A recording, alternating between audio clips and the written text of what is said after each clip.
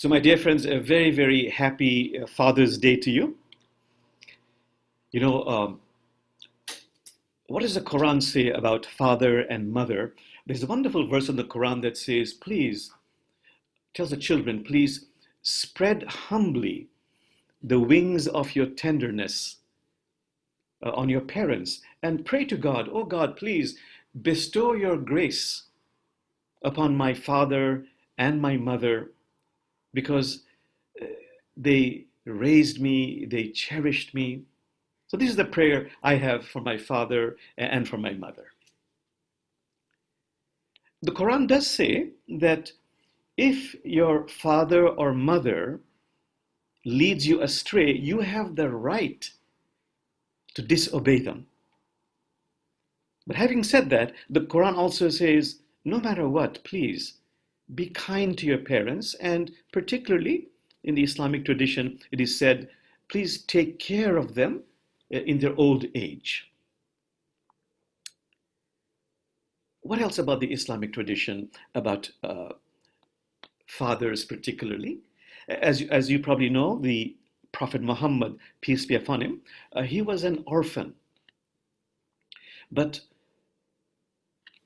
he loved children. He was an exemplary father.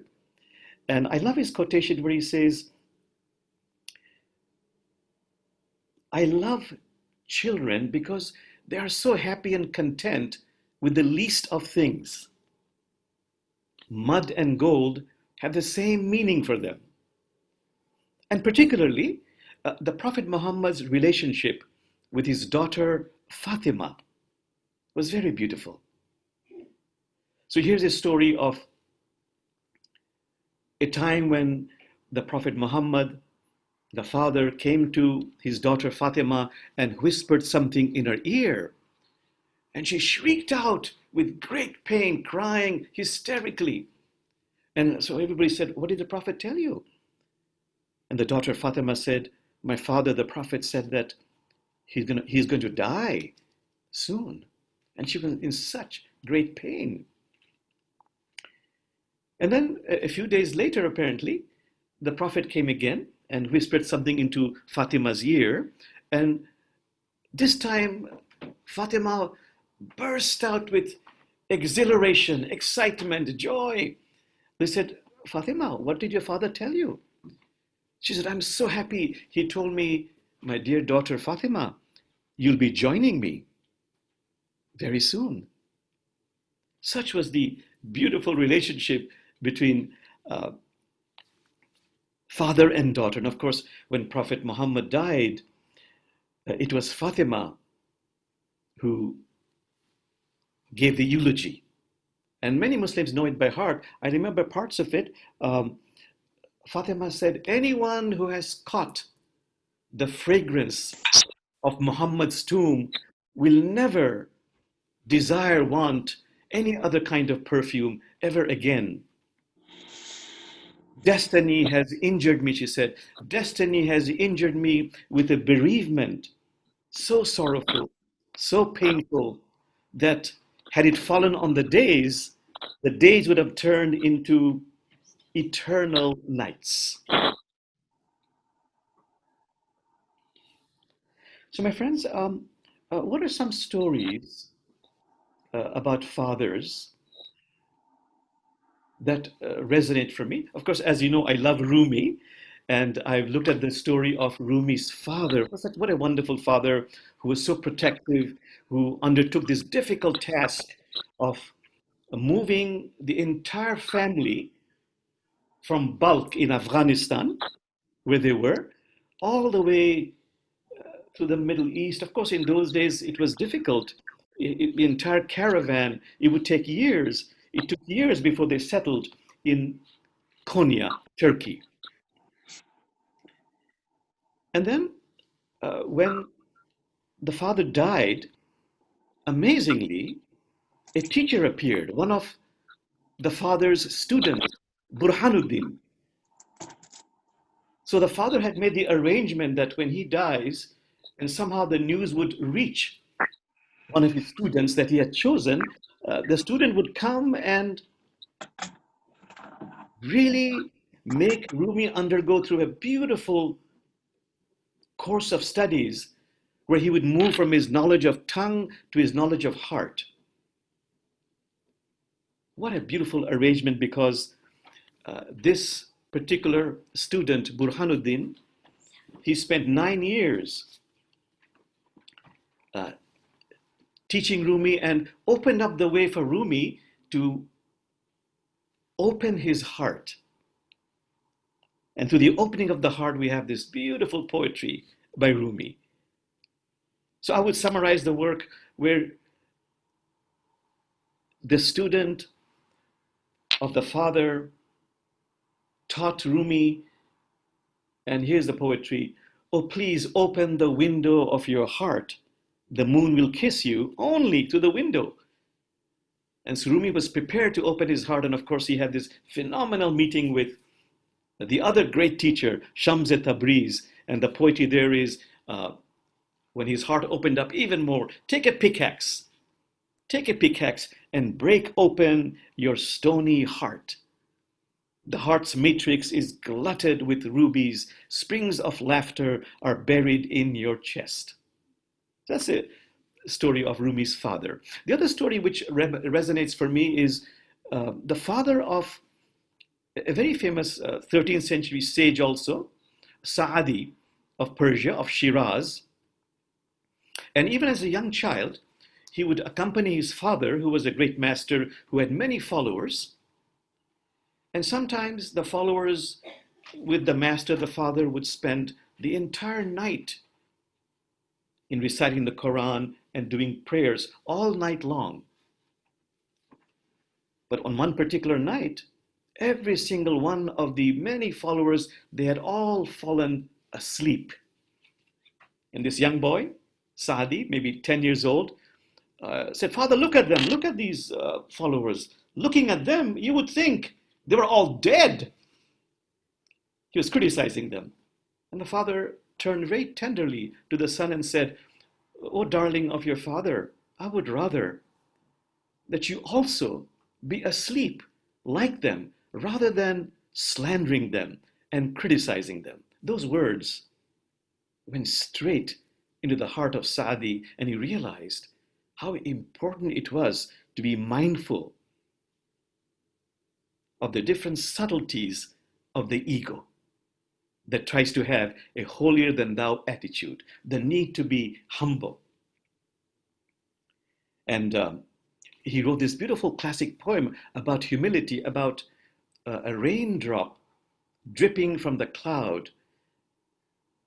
But as the raindrop was descending, it saw the ocean and it blushed and it said, "What am I compared to the vastness of the ocean?"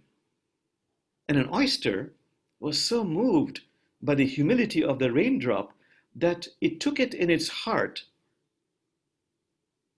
and fate so shaped the destiny of this raindrop, it became a precious pearl. I love that story. Of course, it is very important also that we as fathers, we learn from children.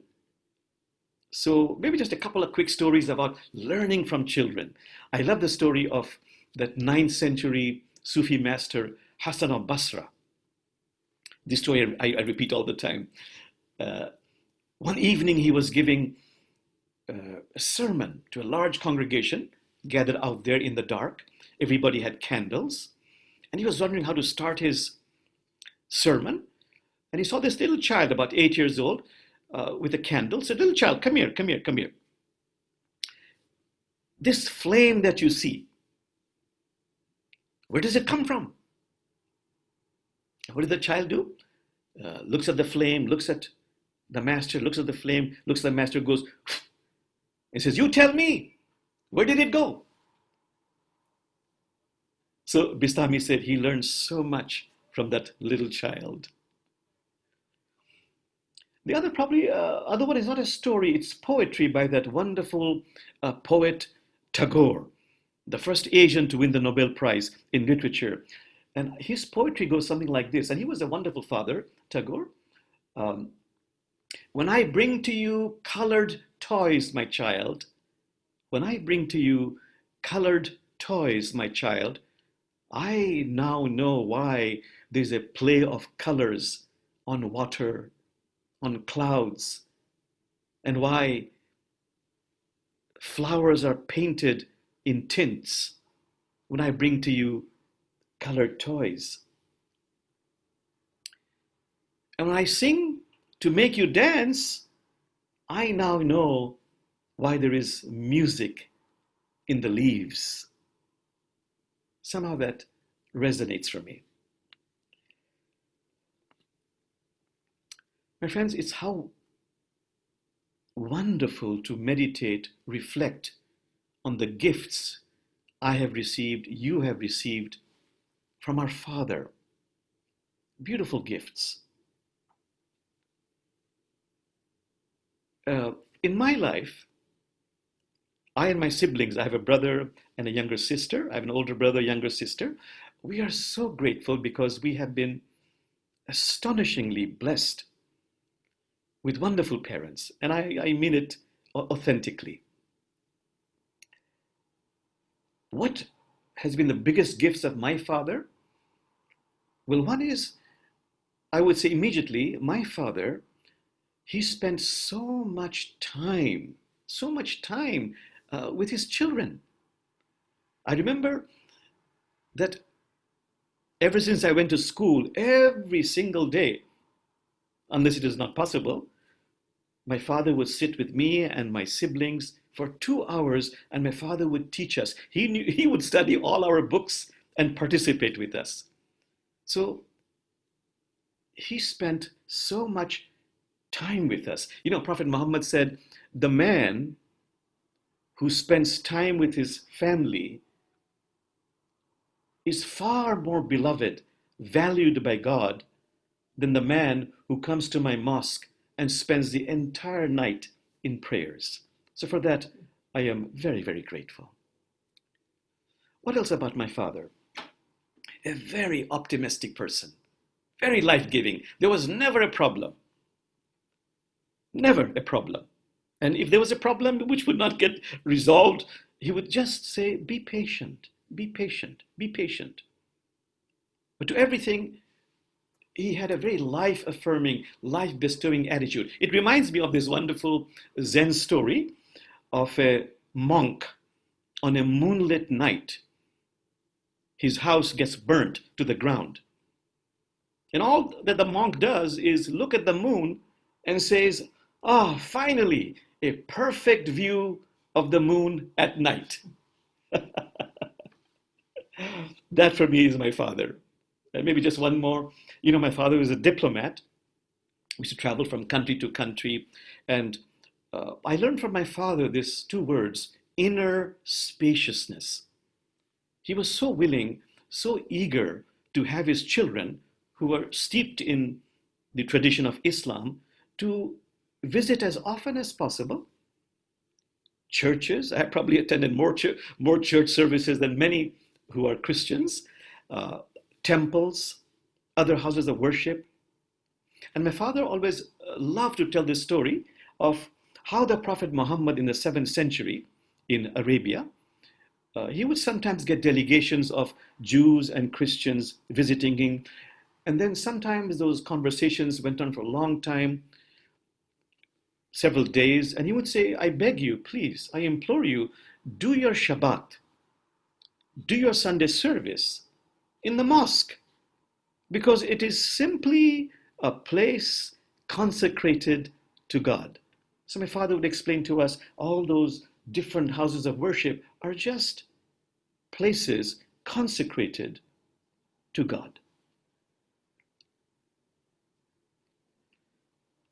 Anyhow, just want to repeat, my knees are scraped, and I'm sure those of my siblings, because we are so grateful for having such a loving, caring, compassionate, intelligent, wise father and mother, of course, also. So for that, we are very, very grateful. But you know, um, of course, he's a human being who's not, perfect. Uh, I, as a counselor, as a therapist, I've received so many people who I know have been so wounded, hurt, in so many cases abused by their father. So I want us to reflect on those feelings, because those feelings of anger, of rejection, of abandonment, of pain, of sadness, they are sacred. All feelings are sacred, begging to be acknowledged, begging to be healed, begging to be integrated, and then they become transformed as we go through this spiritual practice. In Sufism, there's a practice called sacred holding, where you honor your difficult feelings, find a place where you feel them in your body, and just are present with it. And through this process, those difficult feelings become alchemized, transformed. So anger becomes transformed into an inner enthusiasm, sadness into a greater empathy. If I, as a father, have been neglectful of my children, my guilt feelings, if I can really acknowledge, heal, integrate, and transform them, they become a source of me having a greater capacity to be forgiving of others. So that's why I love to quote again and again the words of Carl Jung, who said, "Will you have the grace and the courage for at least once to kiss the demons and dragons within you? That is how they turn into a prince or princess." So I would like us to become aware of the woundings we have, heal them, integrate them, and to become aware of how this has affected us, impacted us in our lives. And that can totally free us. Then we can start the process of forgiveness. What is critical about forgiveness is that simply by saying, "I forgive you," is meaningless. It can actually be harmful unless I'm simultaneously doing the work of honoring those difficult feelings of pain, anger, sadness, abandonment. Again, I repeat, of acknowledging them, healing them, and integrating them. If I don't do that simultaneous work, I am what the great sages say doing is whitewashing a burning house.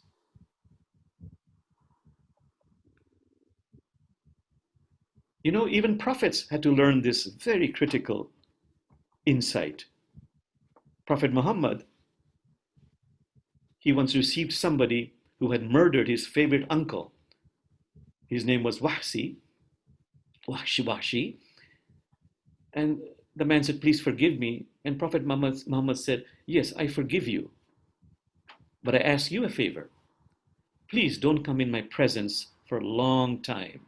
Because the Prophet, as a human being, needed time to acknowledge, to heal, to integrate, and transform that difficult feeling through a spiritual process.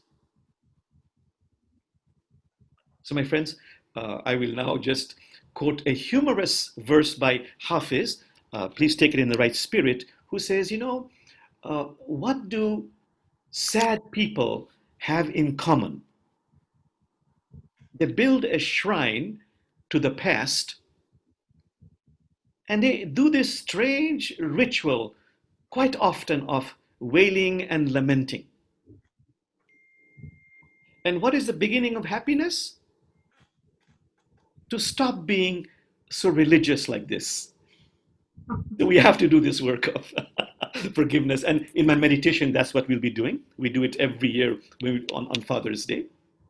But one last word, because in this sermon, I'm supposed to talk also about courtesy. In Islamic spirituality, there's a word called adab, very important word. ADAB, a refinement of manners. And it is based on the realization that each one of us is blessed with a divine spark. Christ nature, Buddha nature, Elohim nature, Allah nature is based and rooted in the verses of the Quran. Every so where you turn is the face of Allah. Every so where you turn is the face of Allah. Or the other one, we are closer to you than your jugular vein. This is God speaking. Or the saying of the Prophet Muhammad that, worship, speak, and act as if you are seeing God. And if you cannot see God, know that God sees you. Therefore, what does adab mean in practical terms? If I'm meeting someone, if I am connecting with someone who's adversarial, can I make a distinction between behavior and being? I'm angry at the person's behavior, not at that person's being, which is Christ nature, Buddha nature, it's divine spark. And just keeping this differentiation, discernment in my heart and mind as I take the right action has the power, it is said, to shift heaven and earth. In other practical manifestations of courtesy, well, something my father taught me very, very well, and through example, please never gossip. I love those words of the Buddha. Dwelling on your brother's faults multiplies your own. Or the Islamic saying, veil the faults of others so yours might be veiled. I remember my father telling me, if you are so focused on continuously criticizing someone, you are actually judging the grand artist who made that person. And lastly, one more manifestation of courtesy. Again, something I remember from my father, who would always quote this. And what is the quotation? The character of a wali. Wali means friend of God. The character of a wali is based on nothing more than graciousness and generosity. So, my friends, I'm looking at the time. If I want to be gracious and generous, I should bring this to a halt and spare you more words. So let's just become very still and very quiet within. And if anything that has been said, if it splashes in your heart, if it resonates for you, just be with it for a few moments. Allow it, as the great masters say, to perfume your heart.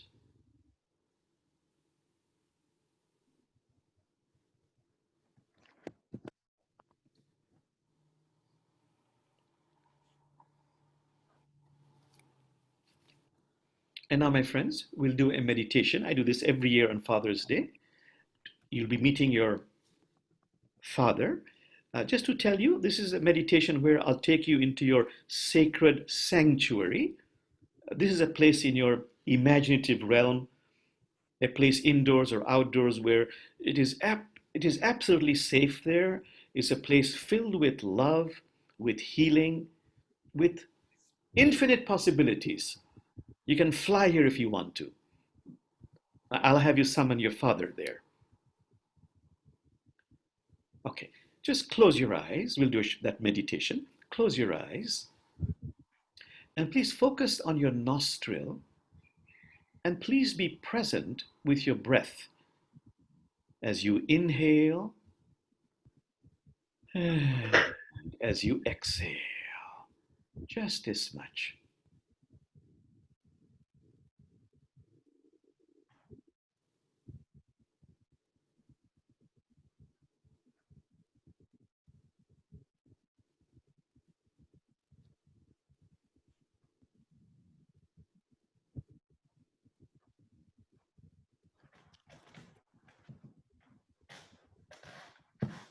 A few more moments, truly mindful of your breath as you inhale And as you exhale,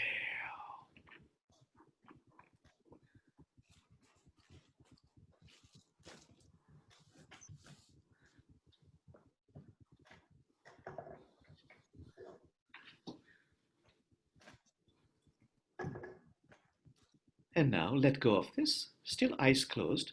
Focus on your heart as I count numbers from 10 to 1. At the count of 1, please find yourself ushered into your sacred sanctuary,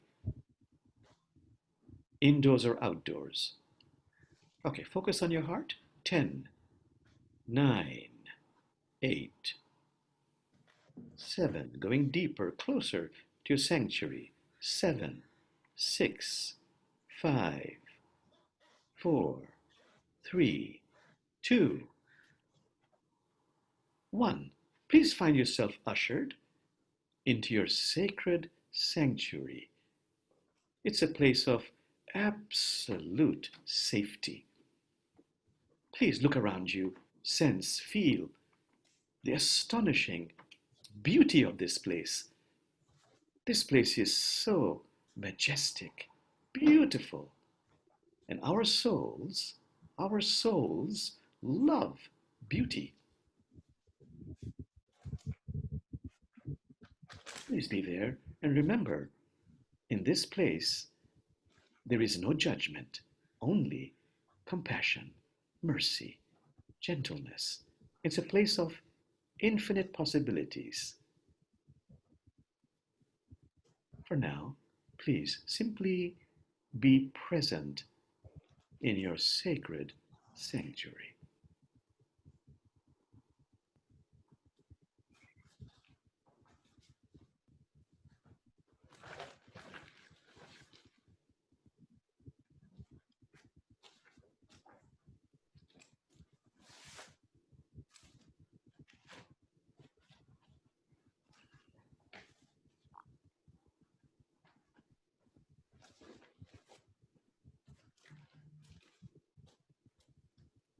And now, when you're ready, in this magical, sacred sanctuary filled with love, blessings, please look up and find that your Father has been summoned. Remember, it's a place of infinite possibilities, alive or deceased. Your Father appears, not only your Father's soul. And souls love the truth. Please greet your Father however you want to. Have your Father come only as close as you want. This is your place. You have power here. This is your sanctuary. Greet your Father however you want to, but most importantly, please become aware of any feelings that come up as you see, feel, sense your Father. All feelings are sacred, please, for the sake of healing. Give yourself permission to feel them.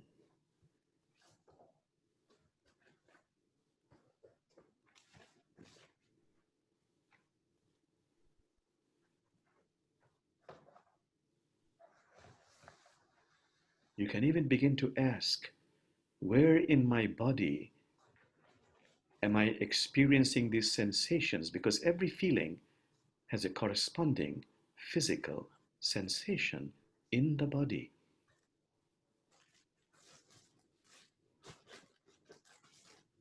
Heightening awareness, experiencing, tasting your feelings, no matter what they are.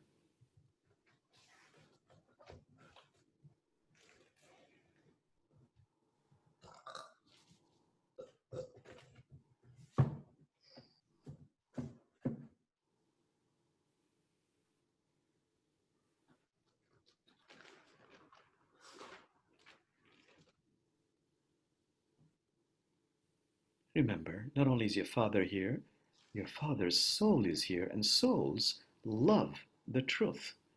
When you're ready, your Father's soul is requesting you, please, from your heart, express whatever it is you want to say.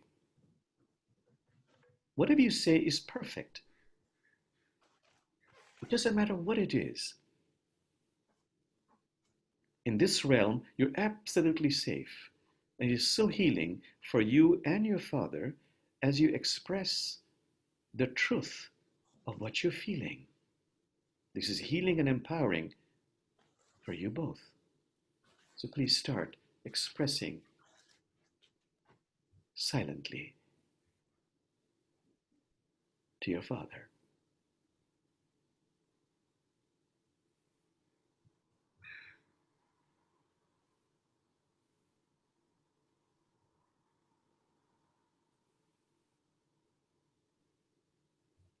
Expressing with feeling.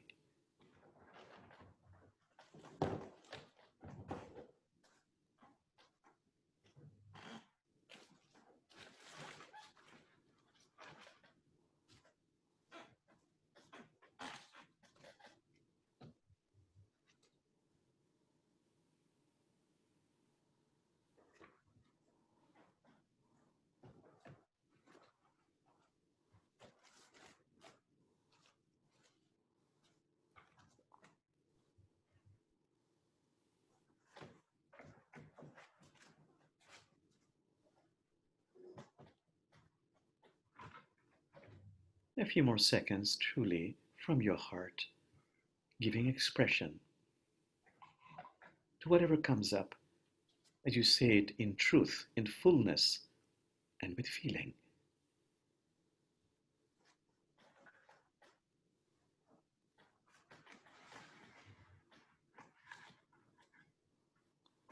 And then you're being asked, when you're ready, to ask yourself, what is my sacred prayer?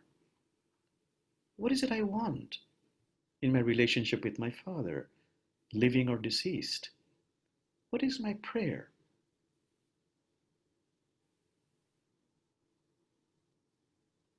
Formulate that. In your mind, articulate that. And when you're ready, express it. Your Father's soul is listening. The universe is listening. And as you express the prayer, add a sentence, this or whatever is in my highest interest is manifesting for me now. This or whatever is in my highest interest is manifesting for me now as you express your sacred prayer.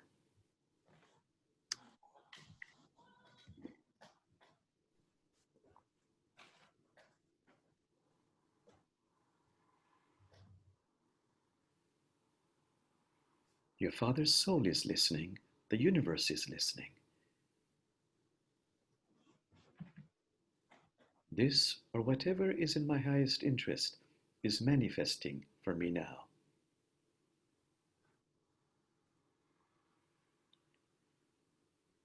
Take your time. Only when you finish that, look at your Father fully, feel, sense, experience your Father, and simply from the heart, acknowledge, good or bad, that He has been your Father in this lifetime. This is simply called acknowledgement from the heart. It's part of a larger, mysterious story. Has been your Father in this lifetime. From your heart, you acknowledge it.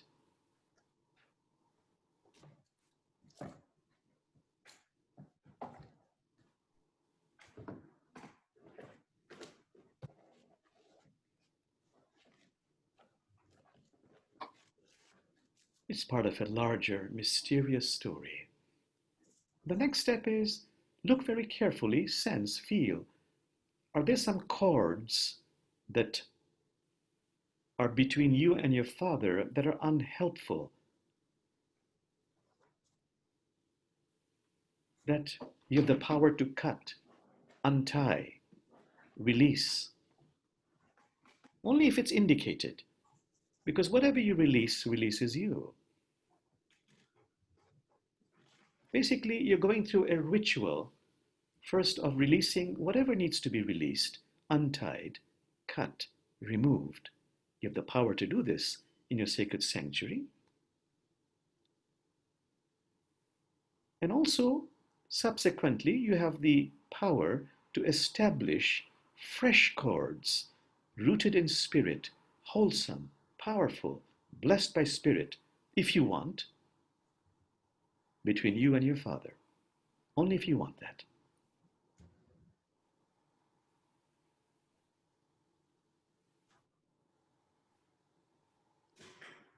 You're going through a beautiful, sacred ritual of cutting cords and or establishing fresh cords.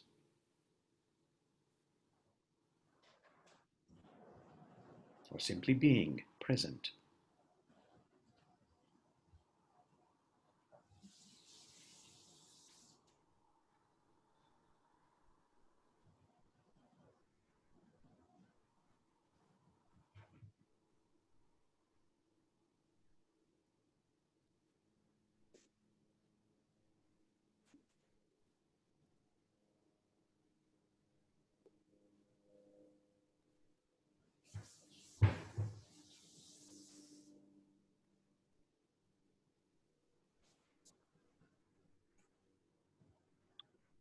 And just be there, present, and begin to hear your Father's soul. Souls love the truth, thanking you, thanking you.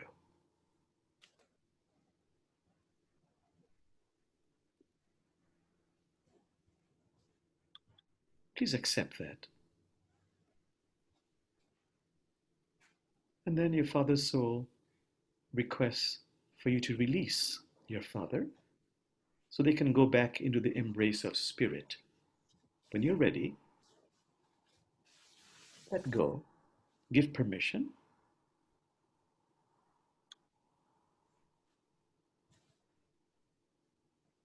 and ever so gently, as your Father's soul thanks you, really thanks you, expresses gratitude, you see your Father fading from your vision, returning into the embrace of spirit.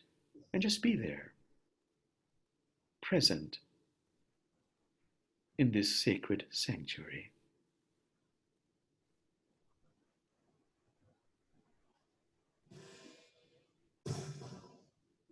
And feeling blessed, loved by the sacred, holy energies that exist in the sacred sanctuary. Just bask in the beautiful vibrations of your sacred sanctuary.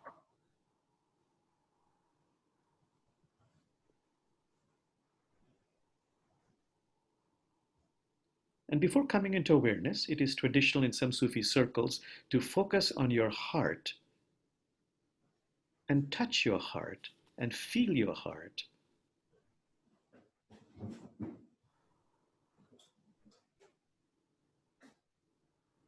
and tell your heart unabashedly, no matter how awkward it feels, I love you. I really love you. Or please help me to love you. For a few moments, allow yourself to tell your heart as you touch your heart, I love you. I really love you. And say it, if possible, with feeling, sincerity, no matter how awkward it might feel initially. Unabashedly say it again and again and again. I love you, or please help me to love you.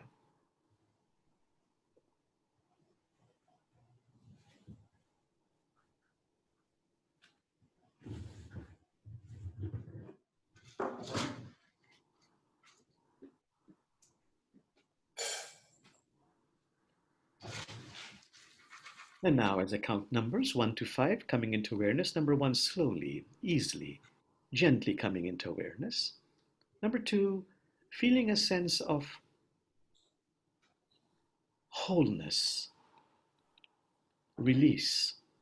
3, feeling a sense of inner spaciousness, so much more space for joy love, passion to flow in, feeling a sense of freedom, feeling loved and loving. Number four, becoming aware that we are the beloved of the beloved. All is perfectly well, no matter how it seems. And number five, at your convenience, ever so gently, opening your eyes, and we'll do a Bismillah chant. Bismillahirrahmanirrahim. Bismillahirrahmanirrahim. La ilaha illallah. La ilaha illallah. Just become very still for a few seconds.